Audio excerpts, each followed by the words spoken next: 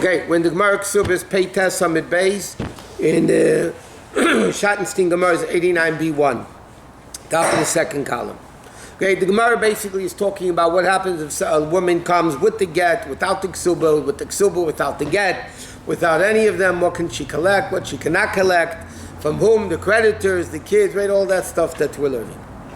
But Rav held that if a woman comes with a get without the Kesubos, she can collect the minimal ksuba, right? 200 psula and 100 for everybody else, right? That's what Rav said. So now the Gemara says, Amalei Rav Kahana v'Rav Asi l'Rav. Rav Kahana and Rav Asi were students of Rav, said to the Rabbi, the Didach Damar get gave a according to you, that says a get is what collects the primary ksuba. They asked him a very simple question. Almana min anusim b'may gavya. A widow doesn't have a get, right? So how can she collect it? You tell me what collects the ksuba, a get, but she doesn't have a get because she's a widow. The husband died. So how does she collect the ksuba? So he says, be'edei misa, with the witnesses that he died. No, where are you going? Peites Summit Beis. Oh, white lines? Right before, we're not by the white lines. Like, 12 lines before the white lines. Okay, so the Gemara asks, can she collect the ksuba? She doesn't have a get. So the Gemara says she brings witnesses that the husband died, so then obviously she can collect the ksuba. So the Gemara says, V'leichesh dilma gersha, let's be afraid, because remember, we're talking about swindles the whole time. Maybe he divorced her, and mafka legita, and then one day she'll bring out the get. In other words, this. The husband, before he died, divorced her. So she's really not a widow. Okay? But she knew the husband was going to die, so she didn't come with the get yet to collect. She said, let him die first, I'll collect as a widow. Yeah? Then, a year later, she'll take out the get in a different bezdin, and she'll say, listen, here's a get, I collect the ksuba. So she's going to collect the double ksuba. So the Gemara says it's not fair because you're setting yourself up for a swindle. Does the Beis Din check? No, they didn't have internet in those days. The Beis Din sees a get, they're gonna give him the ksuba. If she brings witnesses, the husband died, but she's not going to go to the same Beis Din. Obviously, she'll go to a different city or a different Beis Din, whatever. So the Gemara answers, Yosef tachas baila. It's speaking that until the husband died, she was living with him. So therefore we can't be afraid maybe he divorced her. We can't be afraid maybe he divorced her because they were living together until he died. So he says, Dilma samach lemisa gersha. Maybe he divorced her right before he died. Yeah, you know they were living together until he died. But maybe like a day before he died, he wrote her a get. And then she's going to bring out the get later. First she'll collect with the witnesses that he died. Then a year later she'll collect with the get. So again she's going to collect the double ksuba. How are you taking care of that? So the Gemara answers, if that's what the husband did, he messed himself up, he deserves it. You don't divorce your wife a day before he died. How do you know he's dying? Obviously in those days the guy was sick. So then the Rav says then he messes himself up. Okay? Because he should have notified the heirs that he's divorcing her. You know he's dying, right? And he knows the woman will collect twice, so he should have told his kids, you know what? I'm going to divorce her, and let's be aware that she has a get, and therefore you don't let her collect with the fact that she's a widow. Because I divorced her before I died. Okay. Now, by the way, this is nothing to do with our Gemara. But years ago, people did that, you should know. People used to give a get to their wife a day before they died, for a different reason. If they had no children, and the husband's brother is who knows where, he doesn't even know where he is. Like in the old days, nobody knew where anybody was, there was no communication. So if he died, then she would have to do yibum, or chalitza, right? And she can't get married until she does Yibum Machlita. But if the guy dies and they don't have kids, the brother could be who knows where. they'll never be able to find him even. That means this woman is stuck, that she can't marry anybody until she actually does Yibum or Chalitza. So what they used to do, in the old days many times, if there were no kids, they didn't want a divorce. I mean, they were living happily, the good marriage. But one day before he died, they would write a get.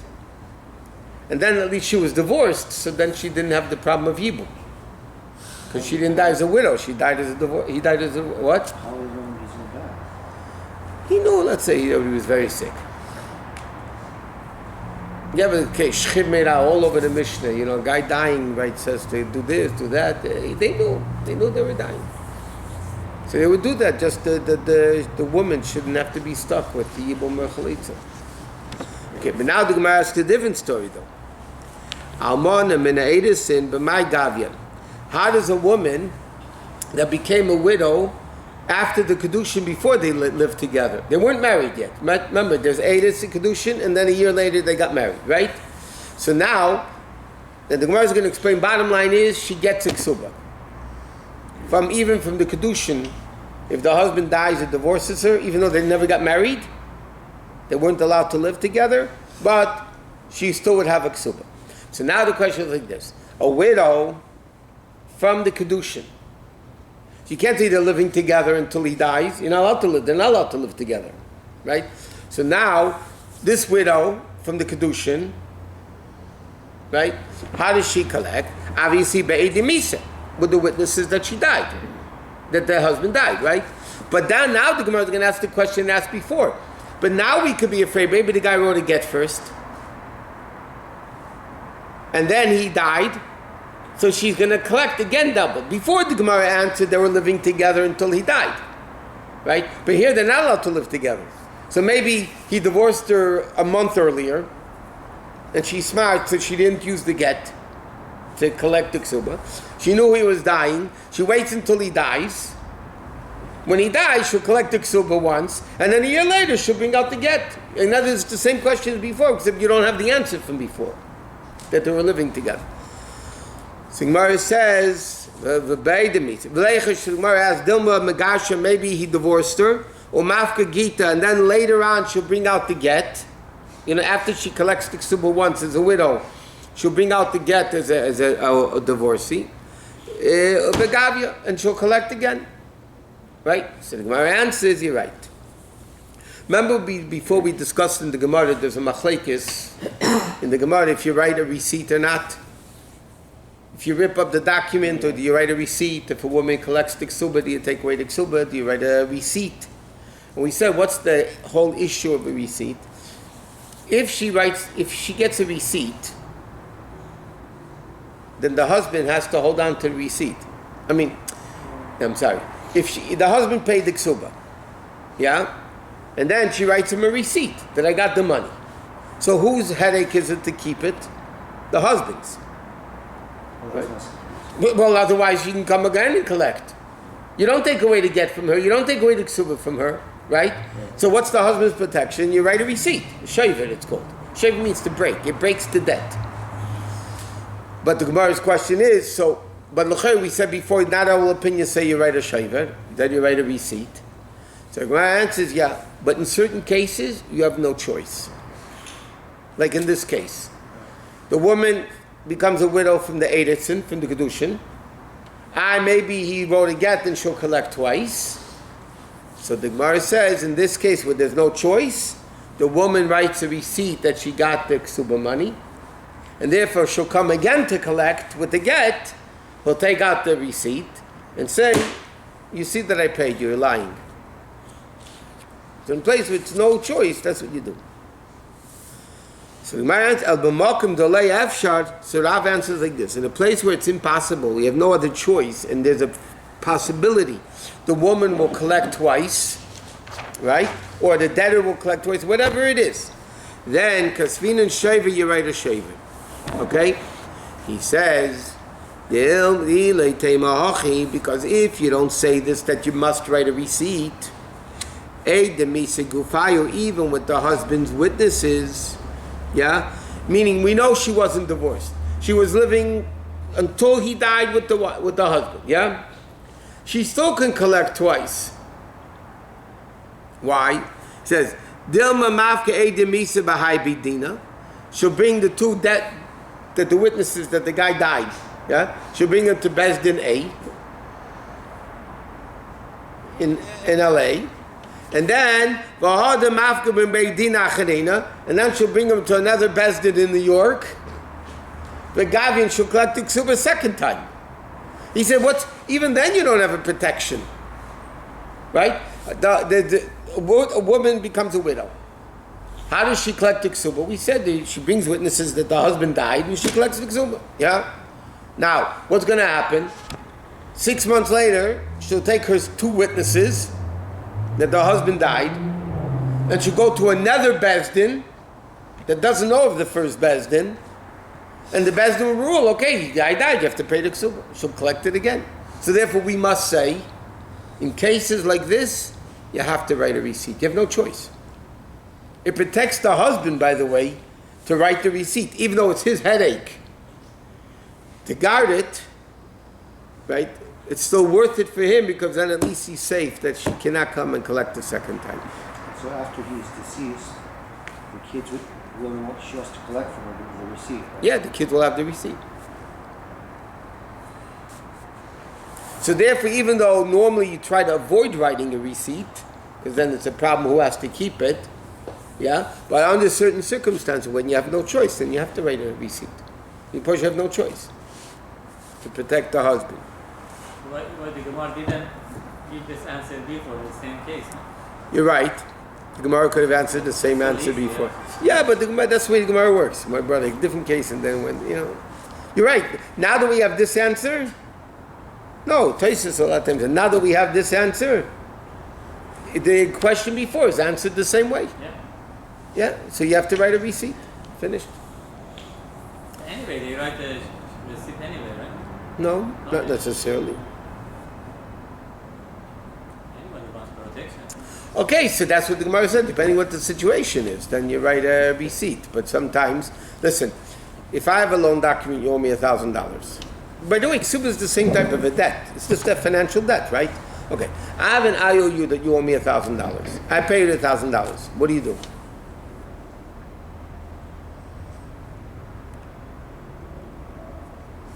I have an IOU, you owe me $1,000, right? You pay me the $1,000. So what happened? What do you do to protect yourself? No, take the document away. That's another option. Yeah, but then that's the question. Do you write a receipt and the guy keeps the original document? Or do you take away the document, then you don't have to write a receipt? Yeah? The problem is when the guy dies, you can't have that concept. So you have to write. Tear up the IOU. Huh? You would tear up the IOU. Sure you tear up the IOU. But according to another opinion, Gemara, you don't tear up the IOU, you write a receipt. In other words, whose life is better than trying to make miserable? Because the one that owes the money. So therefore, the guy will write a receipt. Okay. Now, but the Gemara came up, from the Gemara until now, it's clear that a woman, even from Kedushin, from Edison, gets a ksuba. Right? Now, normally, when do you write a ksuba? At the marriage. Right? So the Gemara is going to ask a very simple question. How do we know that a woman from the Edison gets a ksuba? Don't rush, take your time. Nice and warm in here. Okay, Amalei Markashisha begged Rav Chisda, and Rav Ashi Markashisha, the son of Rav Chisda, said to Rav Ashi, Almana mina Edis minayin dislo ksuba. How do you know? Maybe she doesn't have a ksuba until she's married. Right? How do you know that a woman before the chasana from the kedushin? How do you know that she gets the ksuba? How do you know that the ksuba responsibility? Maybe the ksuba responsibility is only after marriage. So he says, so ilema meham. If you tell me it's from a Mishnah that says nisar malay nisgarsha, a woman became a widow or divorced. Beimina edis and beimina nesuin, whether it's from the kedusha or whether it's from the marriage. Gave us hakol, she collects everything. So obviously that you see clearly, even from the edis, and she collects the ksuba, right? The Gemara's question was, how do I know that a girl from after the Kedushin gets the Ksuba? Right? So Gemara says in the Mishnah, that if she became a widow or divorcee after the Kedushin, even before the wedding, she collects the whole Ksuba. So obviously that's clear Mishnah that she gets, right? So Gemara says, no. Dilma de Kesubos. Maybe over there was an exception. Maybe over there he did write her a Ksuba. How do you know that a woman after Kedushin automatically gets a Ksuba? We don't know. Huh? From here, it looks like that you should, right? No, maybe he happened to write it. Maybe he happened to write the Ksuba, but who says she automatically, if he didn't write one, gets one? Maybe not. If he didn't write it, is she out of the ketubah? Well, If he didn't. well, that's the question the Gemara is discussing. If she has a get, she'll collect with the get. If it's a witnesses that the guy died, she'll, write a receipt. But here the Gemara is asking the general idea. The whole Gemara is based on the premise that a woman, not only when she's married, gets the ksuba, even when she's not married, gets the ksuba, right? After the kedusha. So Gemara says, how do we know that? Maybe she doesn't get a ksuba at all. If it's not written. No, but obviously, right.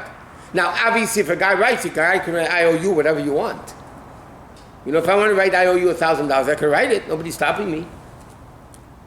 But the question is, how do you know there's an obligation of ksuba even if the husband doesn't write it? That's the Gemara's question. So the Gemara wanted to bring a proof from a Mishnah that says if she got divorced or widowed, she collects everything. So the Gemara said, no, maybe over there he wrote a ksuba. Physically, he just wrote a ksuba for her, for whatever reason. V'chi teima. And if you're telling me that if he wrote the ksuba, of course she collects everything. What's the Mishnah saying? The Mishnah says a din that if the woman was widowed or divorced, whether from the kedusha or whether from the wedding, she collects everything. So obviously, if he writes a ksuba, of course, it's clear that. What's the Mishnah telling me? So Gemara says, like, what's the chiddush? What's he telling us? He said, I'll tell you what the chiddush is. To exclude the opinion of Rabbi Elazar ben Azariah. What does Rabbi Elazar ben Azariah say? The Amar. Shalei Kosev Lo, Rabbi Elazar ben Azariah will discuss the din in a minute. He writes that a husband only writes a ksuba because he intends to marry her. Okay? Meaning like this, Rabbi Elazar ben Azariah has a very interesting opinion. He tainas, why does the guy write a ksuba? After kedushin, he can't live with her, right? Okay, why in the world would a guy in his right mind write the ksuba if he's not living with her yet? Obviously, the purpose of the ksuba is because he's planning to marry her, right? If he's not going to marry her, he dies or wrote a get. So Rabbi Elazar says, then he never really, even if he wrote a ksuba, it doesn't mean anything. Because he wrote it with the intent of marrying her. So even though he wrote a ksuba, but if they didn't get married, only kedusha, why in the world would he? Rabbi Elazar ben Azariah says the guy would be out of his mind to write a ksuba like that. So our Mishnah says that it's not like Rabbi Elazar ben Azariah, and if after kedushin, Edison, there was a ksuba written, she'll collect everything, even though they never got married. But it's obvious chiddush because according to Rabbi Elazar ben Azariah, she wouldn't get anything. Because the whole reason he wrote obligated himself in the ksuba is that he should marry her. He's not marrying her. Why should he give her the ksuba? And the Gemara B'chlal does that many times. The Gemara goes into the logic of a human being. Right? A guy obligates himself. He gets kedushin, yeah? Can't live with her yet, okay? But if they break, he needs a get, yeah? So why in the world, Rabbi Elazar ben Azariah says, come on, why does a guy write a ksuba? Because he wants to give her money now? She's not his wife now. Why in the world why don't you give her money now? Obviously he's writing the ksuba that after they get married, if he dies or divorces, then she'll get a ksuba. Chum say no. You wrote a ksuba, you wrote the ksuba. Tough luck. We don't care what you thought. So according to the Chachamim, even if before he dies, Yeah. it takes effect. Right. But the Gemara is just asking for a proof from a Mishnah. By the way, in Shulchan Aruch it says clearly that she gets it. Okay? In fact,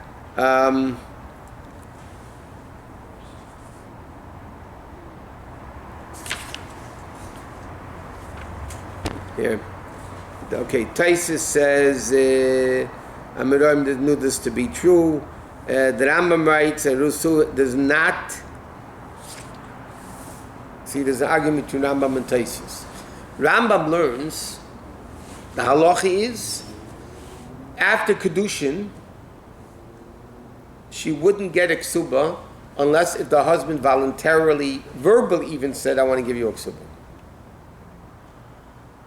Because the Rambam says, again, why did she get married? Why did he write the ksuba? Because he wants to marry her. They're not getting married. Why in the world should he write a ksuba? So if he verbally says, I'm writing a ksuba, voluntarily, so then she'll get it. Otherwise not. Taisus says, no, the halacha is that the woman after Kedushin, after Edison, will get the ksuba. Today it's totally irrelevant. Because again, today we do Edison and wedding at the same time. So there's no 12 months in between the Kedushin and then the Siyum. So it's just not practical today. It was optional then? Well, according to Rambam, it was optional. According to Taisus, it's not optional. There's a rabbinic obligation has to pay her again. I mean, but they have to write, or even if they don't write. it doesn't matter. We learned this before, if you remember, that when a man marries a woman, even if he didn't write a ksuba, she still gets a ksuba anyway. Simple case. Husband and wife get married. Yeah? Let's say he wrote her a ksuba, but she lost it. Yeah? Does she still collect it? Or the husband could say, no, I never wrote you one. It doesn't matter if you wrote one or not. A married man, according to all opinions, has to give his wife a ksuba. So even if he doesn't write it, it's still written. By the Chachamim, it's written. Chachamim said you can't live with your wife without a ksuba. So therefore, automatically, it's considered as if you wrote a ksuba. And by the way, a lot of the respond, even today, I don't know if you ever listen when they read the Kesubos in Aramaic, but we learned already before in the Gemara, in Kesubos, that part of the obligation of a Kesubah is not only that if he dies or divorces, she gets 200 zuz. Okay? In the unwritten Kesubah, if she gets sick, he has an obligation to heal her. If she gets captured, like very common in the olden days, she got, captured by the Goyim, he has an obligation to redeem her. He has to clothe her. There's a financial obligation that don't even say in the Kesubah. You take a Kesubah today, look at the English version of it, or translation of the Kesubah, it doesn't say anything about that. So why is he obligated to do this if he hasn't even married her? Why is he obligated to pay this out if he didn't even marry her? She's not even his. She is his. If they want to break, she needs to get. If she wants to separate, or he wants to separate, they need to get. And he has to supply all these things in the No, because they're not living together. So he's not obligated to pay this? He's not obligated to feed her, to heal her, to redeem her until they actually get married. That we also learned before in the Mishnah. But here it's an interesting thing. Why did the Chachamim institute the concept of Kesubah? Why did they what? Why did they institute the institution of Kesubah? To protect the woman. Huh? To protect the woman. Not only to protect the woman. The Gemara says. If a guy doesn't have to pay a Kesubah, yeah? What's stopping him from just dumping his wife and divorcing her? Well, and then we'll do it again and again and again, right? So the Chachamim said, 1 minute. We don't want the stam guy divorcing his wives. Yeah? So what are we going to do? We're going to make it difficult for him to divorce. If he divorces, he has to pay a Kesubah. So a guy will think in the second time, think it over if he wants to give a get or not. So by Edison, what's the difference? Even if they just had Kedushin, but Chachamim said she still should get a Kesubah because otherwise he'll dump her then. She'll still be dumped.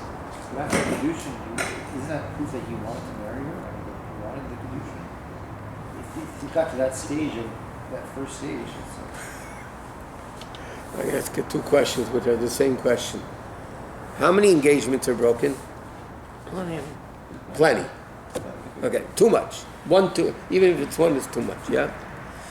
Weren't they planning to get married? Yeah. What happened? Cold feet. Well, whatever, it didn't work out. A guy, when he gets married, most normal people don't think about writing a get already. When they're getting married, as even the Lavda, the Goyim used to death we part, yeah? Okay, somebody getting, what happened? It didn't work out. I mean, it happens. Why did he do Kedushin? He thought he was going to marry her. It didn't work out for whatever reason.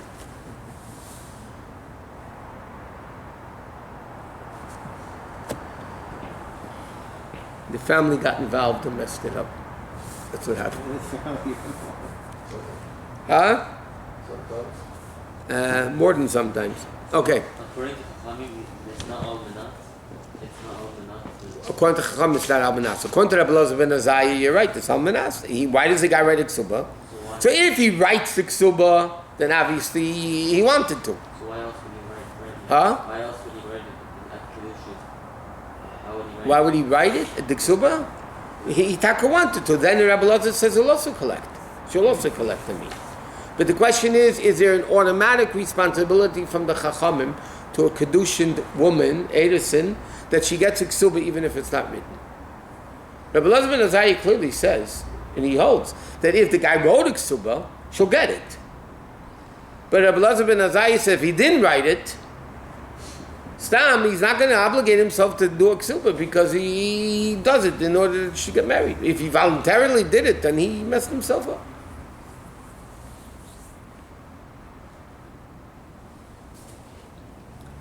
Okay, and the Gemara says like this, Deika Nami, I'll even prove it to you. He says, the Ketani, it says in the Mishnah, what was the Gemara's proof? It says in the Mishnah that from Edison, whether it died or she gets everything. Goyves Hakol, she gets everything. If the guy wrote a ksuba to his wife, Mishum Hayahachi Goyves Hakol, therefore she gets everything, meaning whatever is the mandatory ksuba, the minimal, and anything else he wrote in the ksuba, right? She's going to get. But if the Mishnah refers to a case when a guy did not write a ksuba for the wife, my goyva sakel, why does she collect everything? Everything means everything that would be in the ksuba, right? If a woman comes to Bezdin, we learned this before also, not long ago by the way. If a woman comes to Bezdin, okay, and she said no ksuba, she doesn't have ksuba, okay, she takes out the get. I want to collect the ksuba. So Bezdin says, okay, you have the get, we're going to give you the ksuba. So you know, my ksuba is $100,000. Minimum ksuba is 200, right? Zuz and 100 for a divorcee or widow. Yeah, but a virgin bride, it's 200 zuz. She says, no, my ksuba is $100,000. Bezdin's going to say, are you crazy? You're not going to get that. Prove it, that he wrote that, you'll get it. The 200 we're going to give you. Because that's minimal ksuba, that's mandatory. But you want extra, you're not going to get it. So the case over here, if the guy didn't write a ksuba, the Mishnah says she's going to goiva es hakol. She's going to get everything, meaning even the additional. So the Gemara asks, why should she get additional? She has no proof that there was additional. Right? Okay. So Ella Midatoni Rav Chia bar Abin. There's another proof. The Gemara, again, it's interesting. The Gemara ends up not finding a source for it in Mishnah. But the Gemara is trying to find a source for it, at least in Mishnah. Okay? Rav Chia bar Abin learned in the Brisa the following. Ish de Yarusa, if the guy's wife is Edison, right? Not marriage, Edison. Lo Einin, she does not mourn over him as an Einin.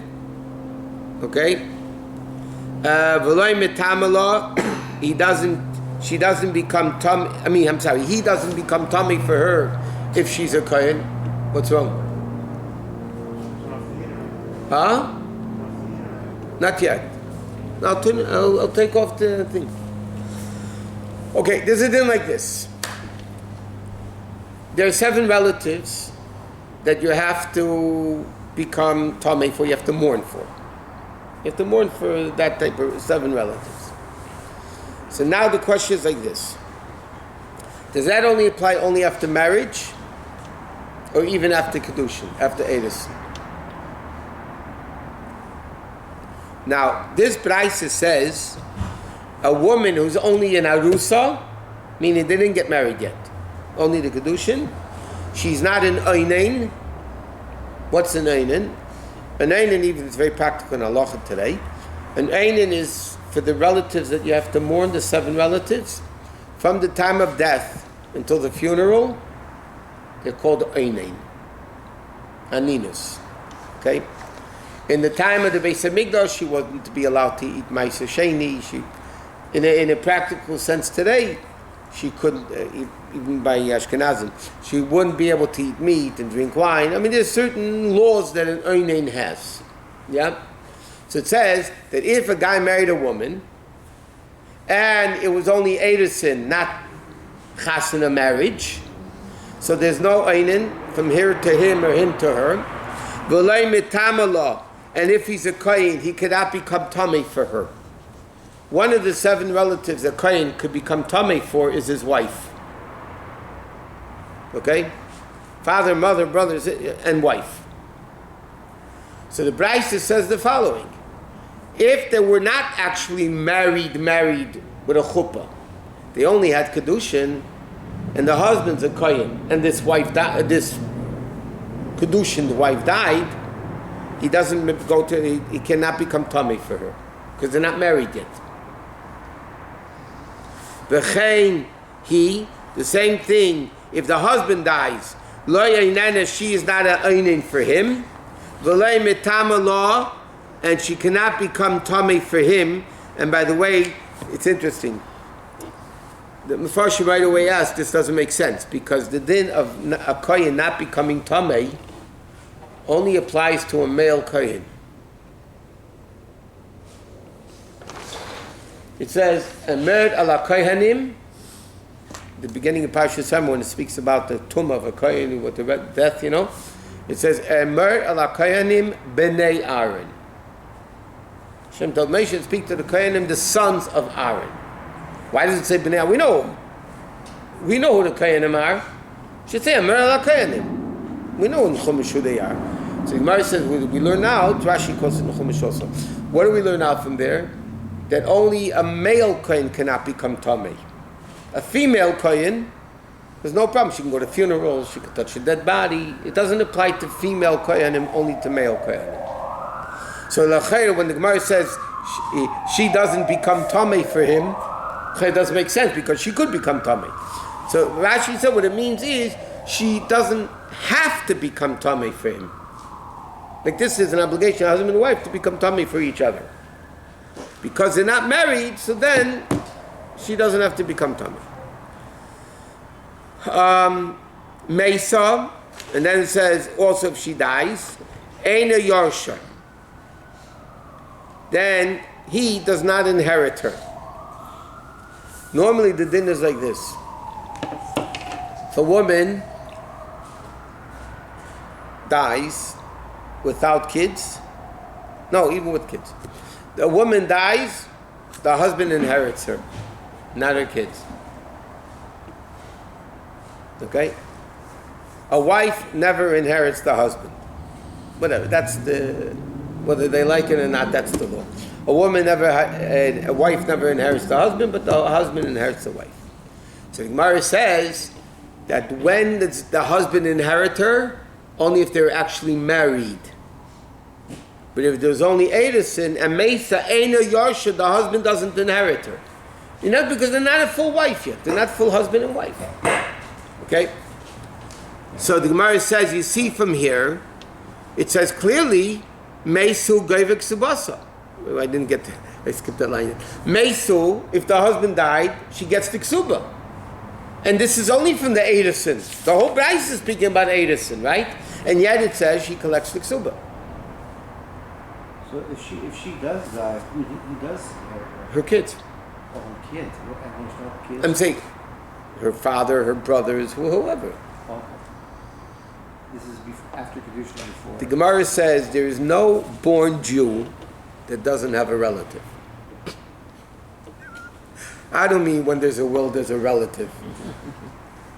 I'm saying b'chlal, because in the concept of Yerusha, it goes up. If it doesn't go up, it goes to the grandfather, the uncles, great uncle. It goes all the way back to Yaakov Avinu. Okay, so Jew, they might have 15th cousin 30 times removed, but they're still relatives. Yes. The only Jew that sometimes doesn't have relatives, a Jew who a guy who converts, becomes a Jew, never married, never has kids, so he has no inheritors. He has no heirs. So what's the din? Believe it or not, first come, first serve. Oh, what? First come, first serve. It's hefker. Gemara says a guy that dies, nichse hefker, the nichse gad that died with, if he has kids born after he's Jewish, so they inherit him, right? But if not, his property becomes free for all. He's the only case in Yiddishkeit of a Jew that doesn't have a relative. He doesn't go back to Avon something else. Yeah, but he can't. There's no Jewish relatives. And what happens if his non-Jewish relatives show up? I'm talking about Torah law. I'm not talking about the legal court system. You should know, the Gemara says in Kedushin, Omer Rava, the Gemara says in Kedushin that if a ger, whose father is a goy, and the father dies, the ger, even though his father is not related to him technically, biologically, but not halachically, because he's a goy and he's a Jew, nevertheless, the guy is going to inherit the father, equally with his goyish brothers. Or if not, they'll inherit everything. He's not related, so why should he inherit him? Gemara says, if we don't let him, he might become a goy again. He says, look how much money I'm losing. Why should I want to become a Jew? I'll become a goy again. So therefore the Chachamim said, you know what? He inherits. He doesn't mourn for his father too? Huh? He doesn't mourn for his father? What do you mean? Again, if his father passed away after he became Jewish. Yeah, we're talking about. Huh? Yeah. You can't say Shiva, right? No. He doesn't. What? He can inherit the father. No, sitting Shiva for his father. He doesn't He's know. goy. The He's father a is guy. goy. Yeah. I mean, he can't obviously go dancing in the streets. It doesn't look nice. Not the Jewish halacha doesn't apply to him. Only So if you're Only the Gemara says is Ein Anina Sela Belev. So the Gemara says Anina is a feeling. I mean that. so what is this? What is this?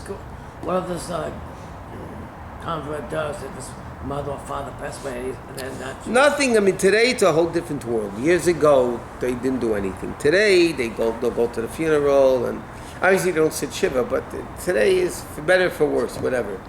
They have a closer relationship.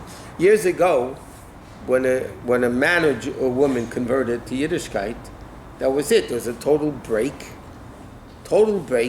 of any relationship with the previous generation.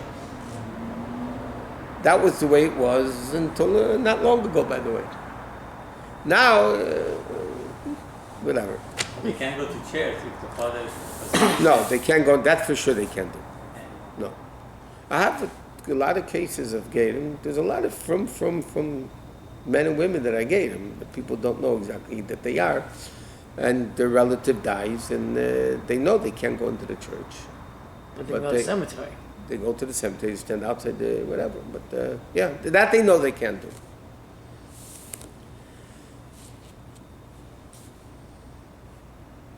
A regular Kohen, he's not allowed to become Italian from his son relatives, or he is? He is. He is allowed to. So Now, a law yitama, it's a mitzvah. Yeah, he has to become. He can't say I don't want to be. So what does he do about the other grave sites? Oh, so that's not a problem. I mean, we're off topic, but in the proper from cemeteries, the Kohanim were buried. See, okay, let me first explain the din, because then otherwise you won't know what I'm talking about. A Kohen could become Tamei to go to the funeral.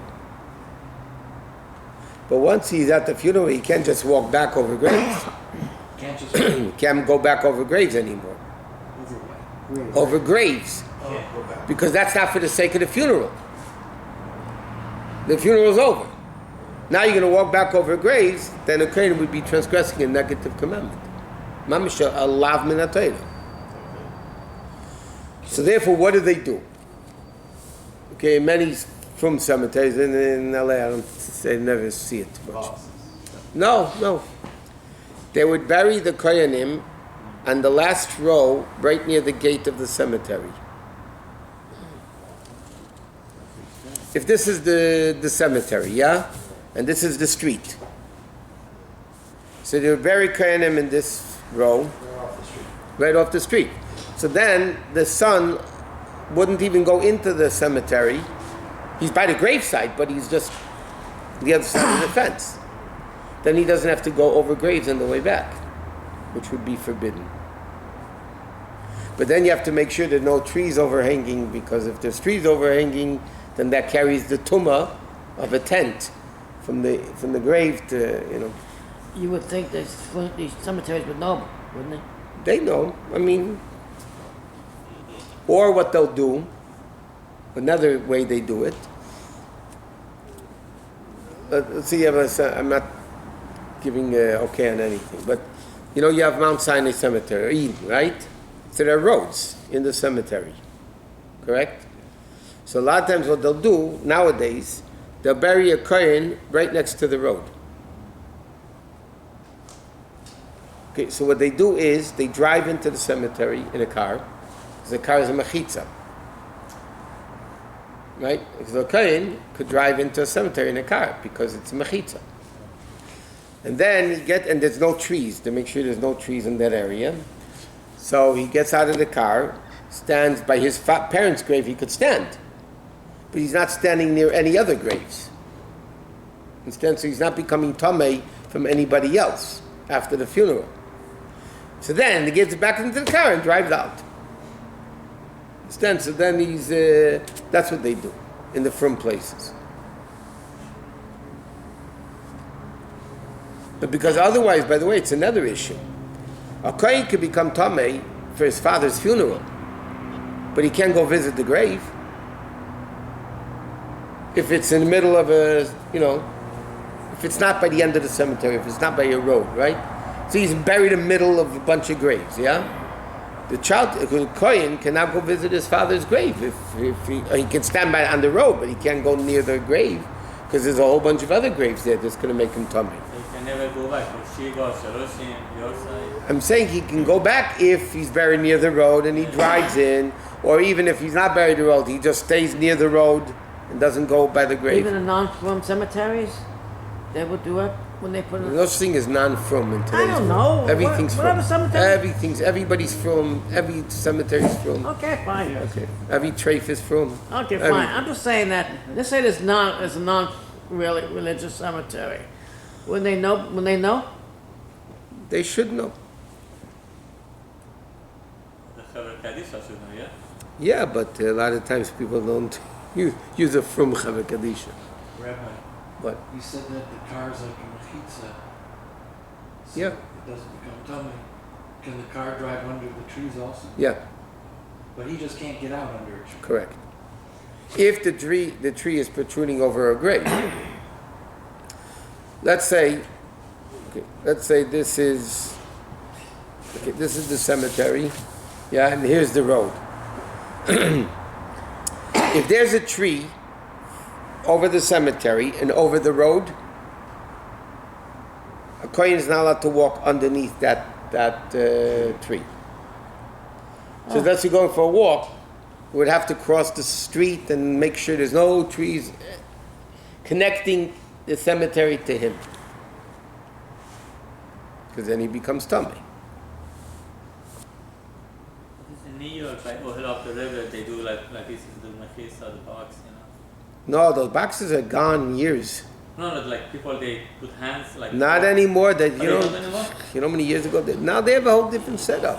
When you go from the house to the oil, there's actually a wall on both sides, all the way.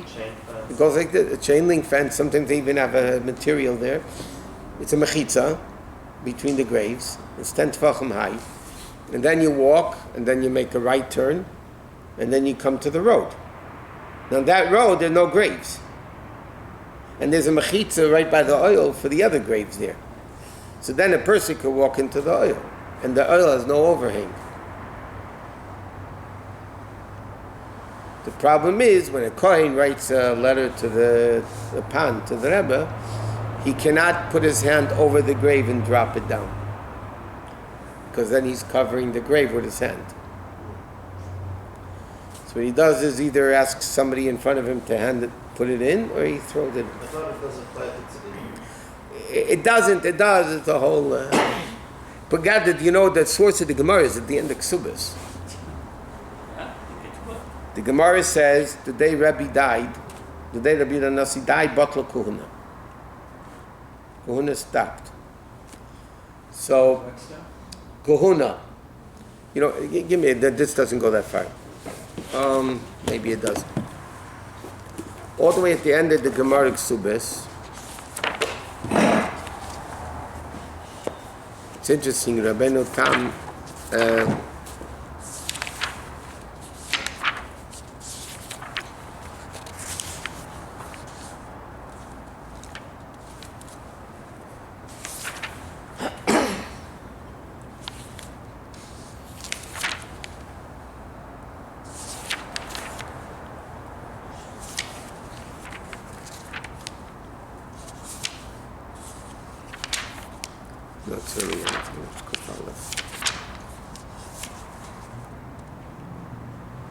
Okay, it says in the Gemara in Kuv Gimel Amid Beis. The Gemara says Eisa Yom Shemeis Rabbi, yeah, Batla Kedusha. That's what the Gemara says. The day Rabbi Yehuda Nasi died, Batla Kedusha.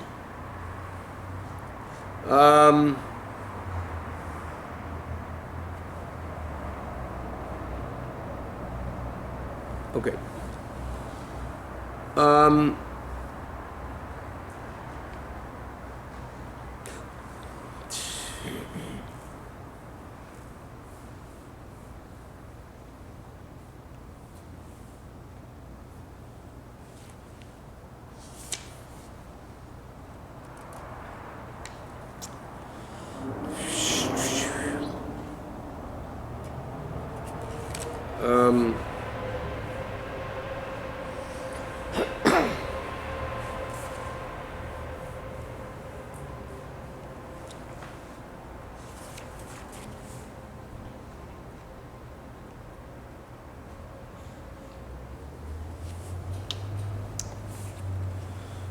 Okay, Taisus brings it down over here, but I'm just going to see it in the Gemara.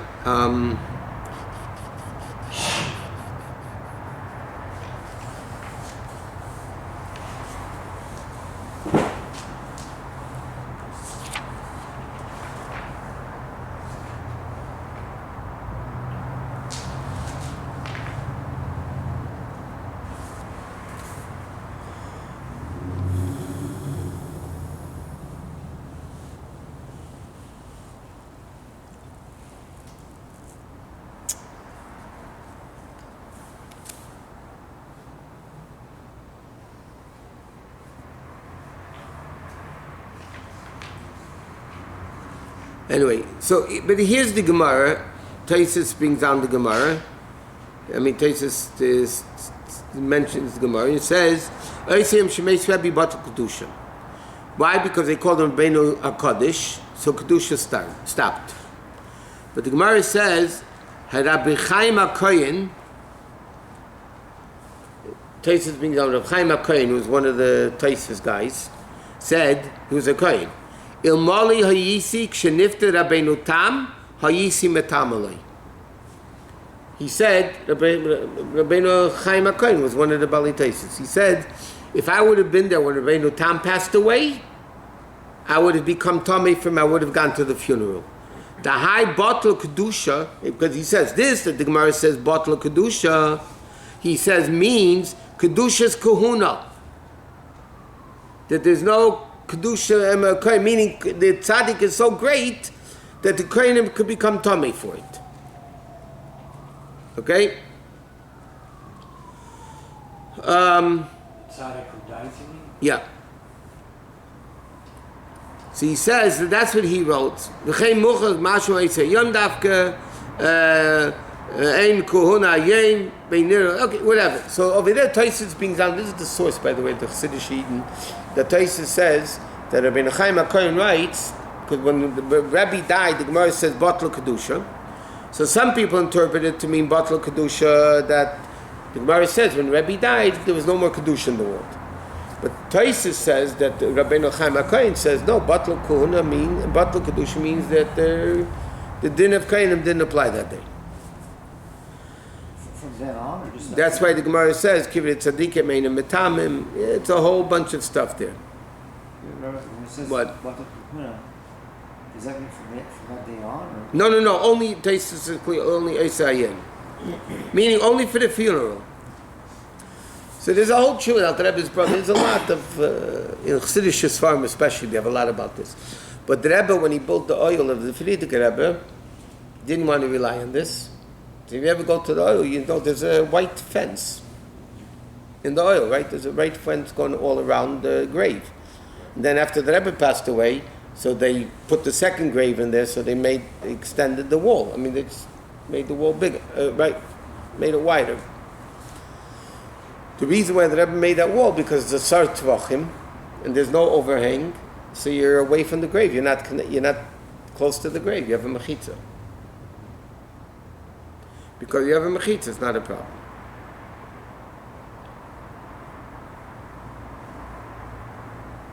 Oh.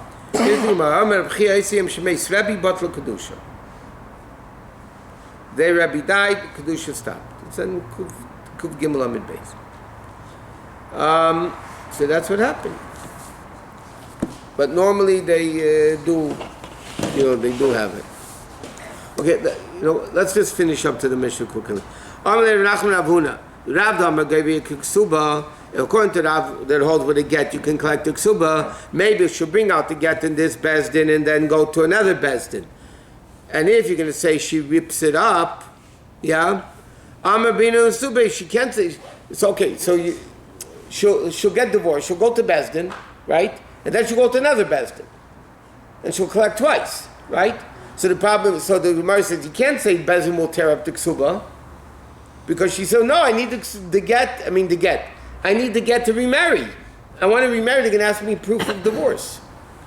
So it says, Karina lay, so the Gemara answers, you do tear it, and you're right that the get is valid, but it was collected already. So then they won't be able to go collect it.